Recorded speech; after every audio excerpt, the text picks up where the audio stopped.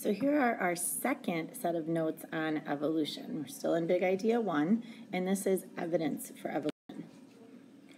So there's been overwhelming evidence to support the theory of evolution and Darwin's ideas, but Darwin did find gaps in his own work which he couldn't answer. For instance, where did the flowering plants come from? All of these plants, and then all of a sudden there's this huge bloom of all of these different flowering plants. There's over 250,000 different kinds of flowering plants, and not nearly as many of the others. He also noticed that there's a lack of fossils to show rise of new groups, but this was back in his time. Well, modern science has answered almost all of those gaps. There still are some, and we're still discovering things every single day.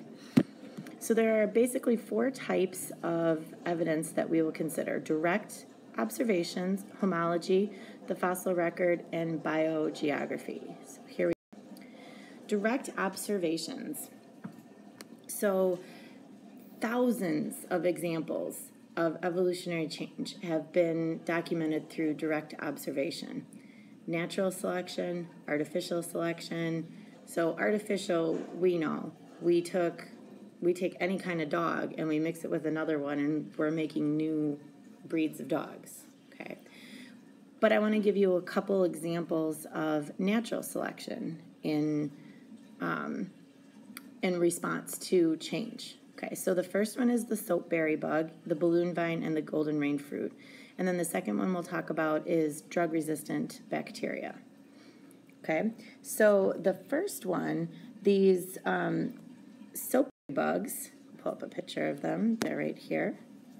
Okay, they have a beak, quote unquote, which is a hollow-like mouth part they use to feed on the seeds of this balloon vine fruit. So the seeds are a certain depth within the fruit, and they can use their mouth part to feed and to reach the seeds. Well, in Florida, the balloon vines were becoming very rare. This is a problem for the soapberry bug because that's its food source. So when that started to happen, some of the soapberry bugs began to eat seeds of the golden rain tree that was introduced to Florida from Asia. So of course, soapberry bugs are going to be able to feed most effectively when their beak length is the right size to get into the seeds of the fruit. So the soapberry bugs that were born with the mutation that had a beak length that was matched the depth of the seed, they were able to survive, and they reproduced, passed on those genes to their offspring. So what scientists and researchers were able to see is that since the golden rain tree has fruit seeds that are closer to the surface, that the beaks actually became shorter. And they also looked at other organisms, and we can see the soapberry on the golden rain tree fruit here versus the balloon vine. Okay, they also looked at not other organisms, other areas where there were different fruits, and the deeper the seed within the fruit, the longer the beak of the soapberry bug became over time. So this was something that they were able to directly observe. The next direct observation that we can look at is MRSA. That's methicillin-resistant Staphylococcus aureus. Whew, that's a mouthful. So it's right here, methicillin-resistant Staphylococcus aureus. So if you ever wondered what MRSA stands for, different strains of Staphylococcus aureus can cause things like flesh-eating bacteria. If you just look up MRSA, I didn't put any of those pictures on here because they're really gross, but go ahead and look up MRSA and you can see all kinds of really disgusting sores and things that people get because of this. So this is the bacteria. It's a coccus shape. We'll go over some of that later, but it's a circular shape, so it's named by its shape.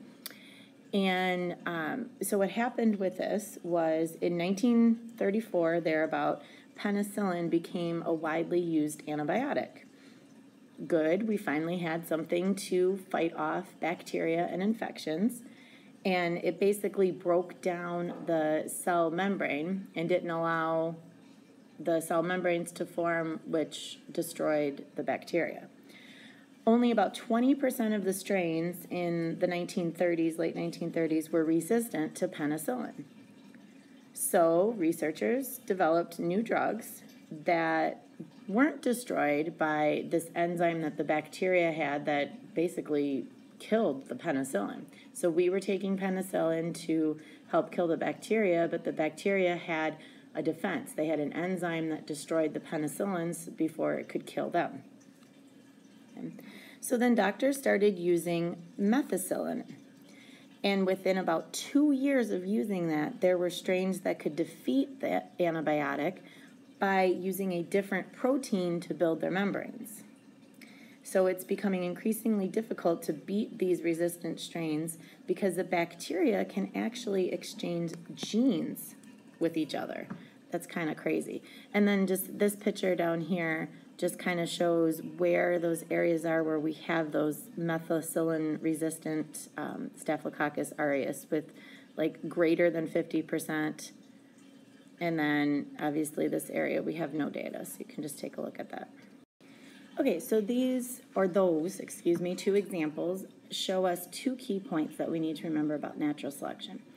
The first is that natural selection is not about creating, it's about editing what's there. So mutations create new adaptations or new features on organisms, and natural selection decides which ones are good for that particular environment at that particular time and which ones aren't.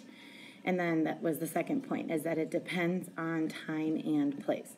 So for those soapberry bugs, it was whatever was there at the time. So a different plant, a different fruit at a different time could have caused a different response. Our second type of evidence for evolution is going to be homology.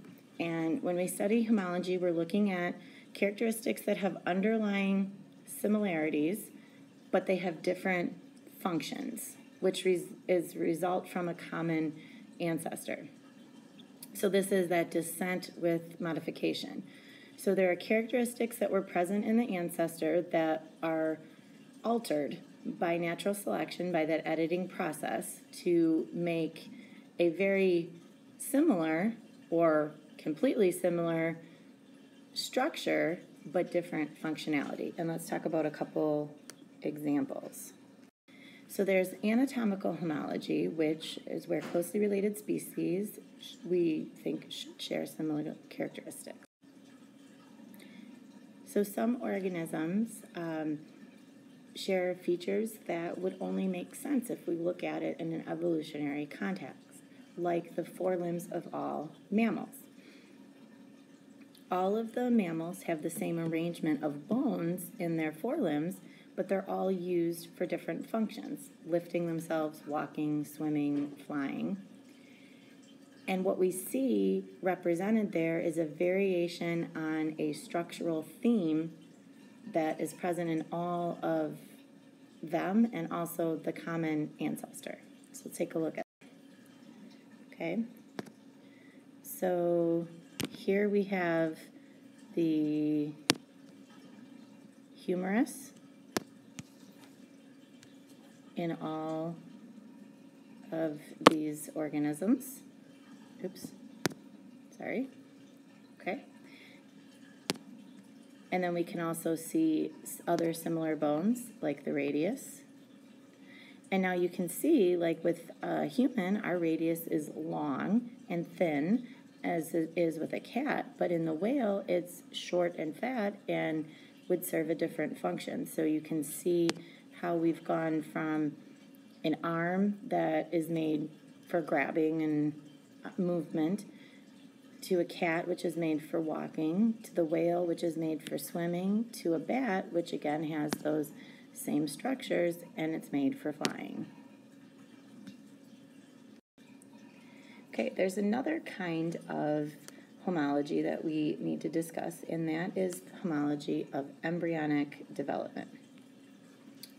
So these are homologies or similarities that are not visible in adult organisms, but we do see them in the embryos of organisms. One of the biggest examples is the vertebrate embryos. Vertebrate embryos all have a tail that is posterior or behind the anus, and they also have these pharyngeal arches that will develop into different things. So some of the tails get recessed, some of them stay, some of the pharyngeal arches will develop into gills, ears, or even the throat. If you read your inner fish, there were a couple chapters that talked specifically about these pharyngeal arches and what they developed into and how they developed and where we see them in the fossil record and where we see them in embryos, and they were experimenting with sharks and all kinds of cool stuff. So let's take a look at this. So here are the embryos of the different organisms. We have the fish here and the reptile, and you can see that they both have a tail. Here's the tail of the bird and the human too. Obviously we lose our tail. The gill slits that are in the fish will actually become, the pharyngeal slits will actually become gills, and in humans, those will form into parts of our ear. Okay, and then there's also, with homology, there are leftover or vestigial structures, and I'm sure you've probably heard of that, or at least heard the word before. And these are structures that seem to have marginal importance to an organism, or maybe no importance at all. And they're remnants or features that served a function in the organism's ancestor. One of those is the appendix in humans. Now, as a baby, they're thinking that it might serve a function in our immunities. But as an adult, a lot of people, as they age, they can get appendicitis and they have their appendix taken out and they're not affected in any way. So that would be an example. There are also some other examples that we'll take a look at, and those are skeletons of some snakes that actually have vestiges of a pelvis and leg bones, and then the blind cavefish. Okay, so if we take a look at our snake, and we're going to look at the whale too. I know the picture's a little bit fuzzy, but here you can see those pelvic bones and leg bones that the snake would have had, but obviously snakes don't walk, so why would they have those? That was from a common ancestor a long time ago that actually walked. Here we see something similar in the whales, this pelvis and femur that really don't seem to have any function. They're not attached to a flipper, they're just there because they're vestigial from when whales developed, and we'll talk about whale development a little bit later.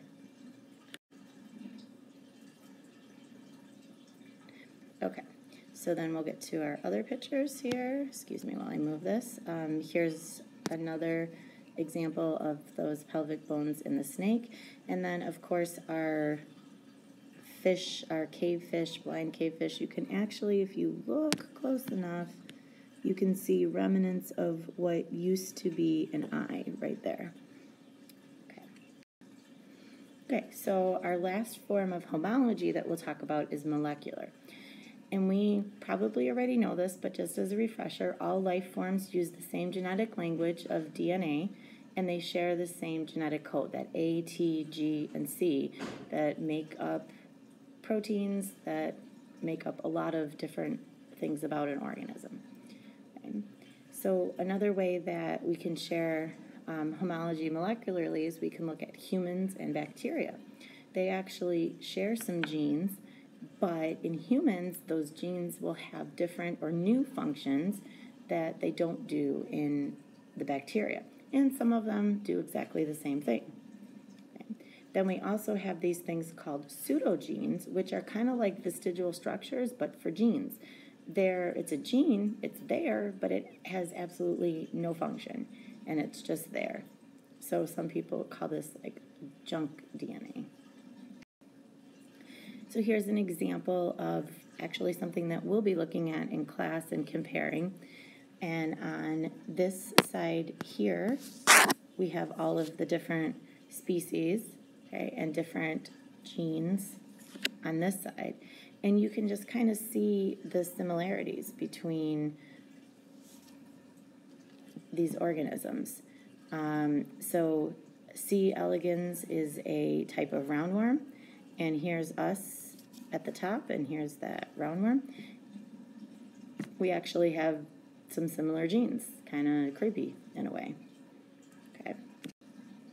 Okay, now convergent evolution we need to talk about here because it's a great place. It's not homology, it's actually the opposite of homology, but it's a good place to include it because of that.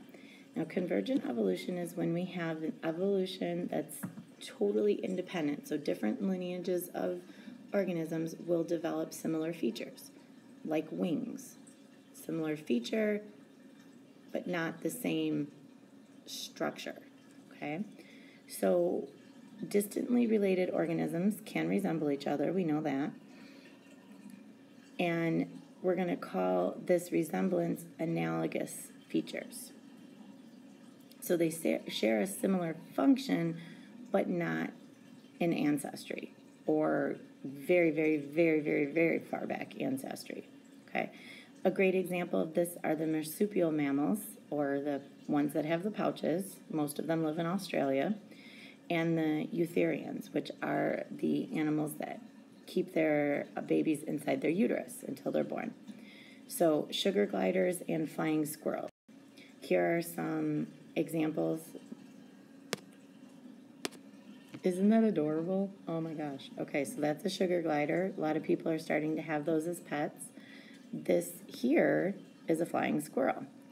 So the sugar glider and the flying squirrel, sugar glider here, flying squirrel here, they both look like they might be related because they have these flaps of skin that serve as quote-unquote wings. And that would maybe cause you to think that, oh, they're related. But actually, if we look at their other structures and similarities that they share to other organisms, this little sugar glider is more closely related to the Australian marsupials because it carries its babies in a pouch. I did hear they do make great. So here are just some examples of things that look very similar, would share some similar features, and would be analogous to a different kind of animal. So on the left side are the marsupials, and on the right side are the eutherian mammals.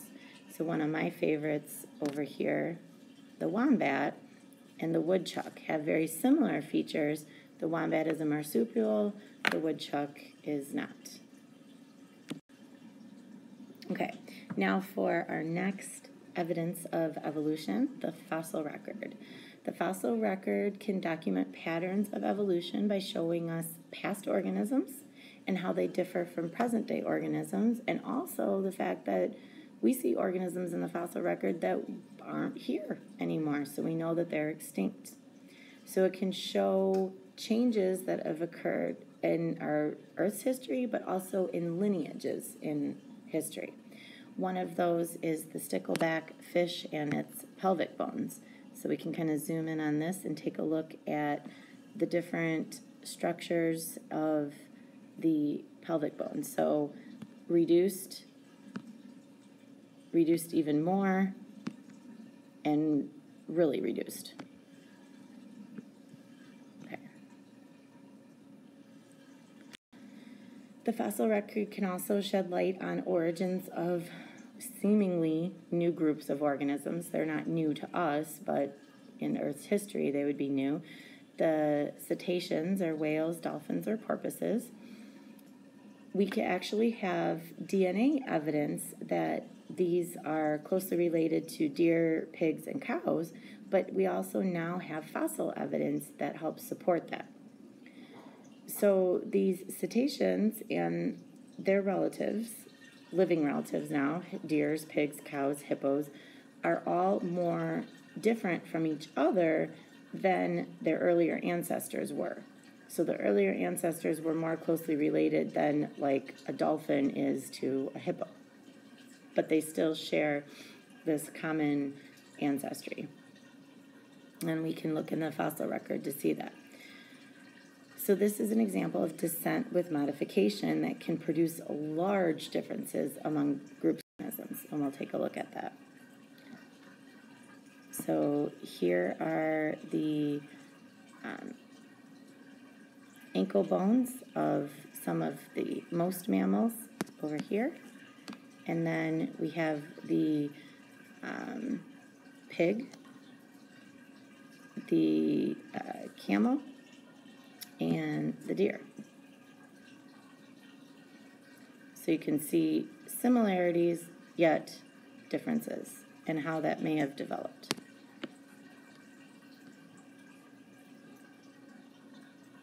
And here's just a graphic showing the evolution of the whales and how at one point in time back in history they would have been four-legged mammals or animals that were terrestrial and lived on land, and over time those limbs got reduced and maybe even made some flippers, or were completely gone. Here we see still that little back pelvic area, but now it's completely gone. And then the last picture over here is just another graphic showing that same thing. Okay, and the very final way that we need to talk about, or evidence for evolution, is biogeography. So when we study biogeography, we're studying the distribution of species on our Earth. And this can be influenced by many different factors. We'll talk about some of those as we get through different units. We'll uncover certain things, and there's some in your vocab terms that you'll take a look at, how speciation occurs and how different geographical issues can bring about different organisms. But one of the things that we're going to look at now is continental drift, and we all know that Pangaea was the supercontinent long ago, and when it broke apart, we have all of the different continents that we have now. Well, because we have this idea of Pangaea, we could then predict that we might find fossils that are closely related in those areas where the continents would have been linked together. Another thing that we can look at are horses. So I have a picture of that in a little bit, but just showing that horses, we believe, evolved about 5 million years ago in North America. Not that long in evolutionary terms, but this was, for us pretty long ago. It was before North and South America were actually connected. And so then, based on that, we would expect the oldest fossils of horses to be found in North America before the continents were connected and horses were able to travel to South America. And that's actually what we see. Okay. The other thing that we can talk about with biogeography is islands. Islands have a lot of endemic species. An endemic species is one that is only found on that place, so it's endemic too. There's lots of plants and animals that are only found in Australia. Now, those are closely related organisms to the nearest mainland or nearest neighboring island. So we know that they came there from somewhere, but they have changed drastically based on the environment and natural selection in that area. So just take a look at a couple of these. So here was that fossils in Pangaea.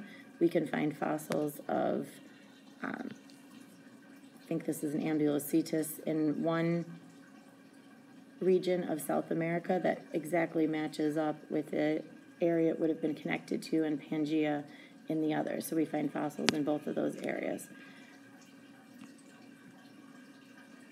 And here's another graphic showing that. So the fossil remains of the Cynoganthus, we're going to find them here.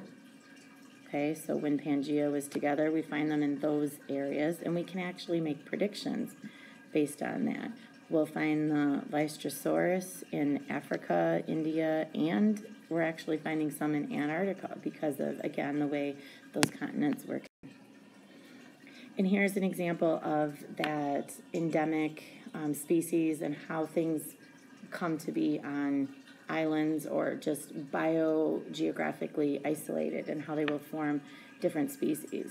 If you have a species here,